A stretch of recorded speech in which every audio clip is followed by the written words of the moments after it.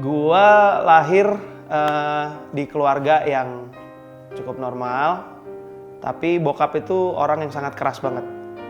Dia juga punya kehidupan yang keras, dia punya kepahitan keluarga yang luar biasa banget sama kakek gue dulu. Dan hal itu membuat pribadi bokap itu jadi orang yang sangat keras. Pada saat gue SMA, dia menuntut gue untuk kuliah di Jerman, untuk menerusin perusahaan dia. Gue memutuskan untuk tidak mau kuliah di Jerman. Ya udah, gue ke Australia, gue kerja di sana sambil kuliah. Tapi biaya akademis, biaya kuliah itu akhirnya gue agak tersendat-sendat sampai akhirnya semester 5 gue harus pulang ke Indonesia dengan tangan kosong.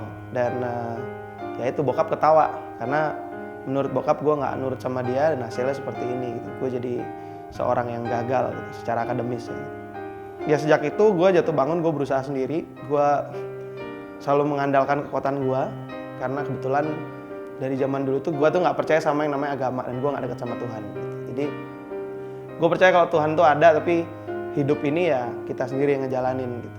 Itu yang gue percaya dulu, karena semua yang gue usahain, semua kerja keras gue itu datangnya dari karena gue sendiri.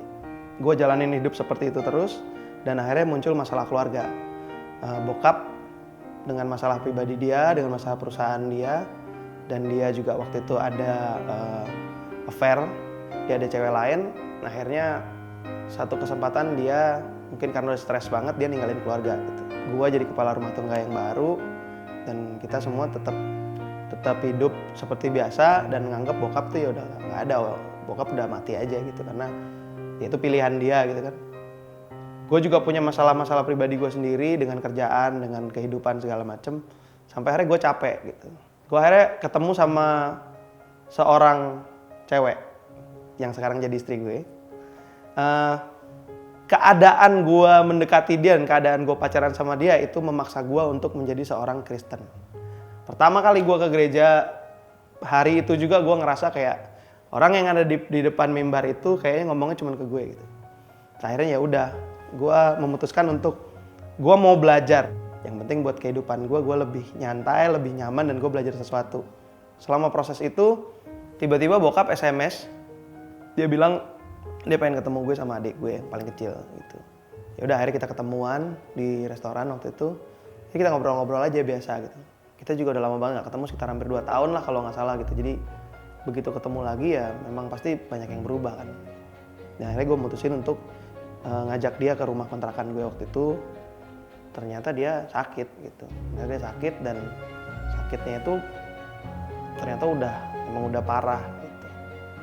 Dan itu momen-momen pertama kali gue ngeliat bokap gue nangis.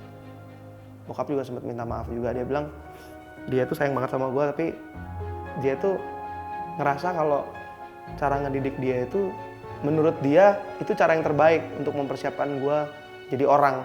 Terus dia mau ngaku salah ke nyokap, ngaku salah itu perubahan yang luar biasa gitu. Buat gue itu literally kayak ngelihat batu jadi air.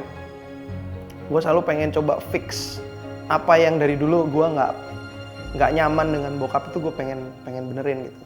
Ya tapi ternyata kondisinya kayak gitu, dibenerin sama Tuhan, tapi waktunya cuma sebentar gitu. Gue sedih, gue nangis, tapi ada rasa lega juga gitu karena bokap udah nerima Tuhan. Jadi gue tahu endingnya seperti apa, tahu bokap kemana gitu. Itu sih sebuah cerita yang baik itu harus diawali dengan sutradara yang baik. Dan gue selalu berasa gue sutradaranya. Dan ternyata setelah gue kenal Tuhan, gue baru sadar kalau ternyata gue aktornya. Gue aktornya dan sutradara itu adalah Tuhan gitu.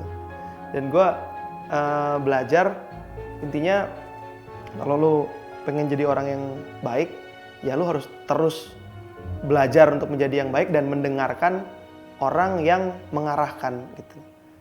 Hidup lu itu berharga, sangat berharga, dan semua yang terjadi di hidup lu itu pasti ada positifnya. Jadi buat gua, lu nentuin pilihan lu menjadi orang baik atau orang jahat gitu. Bukan abu-abu gitu.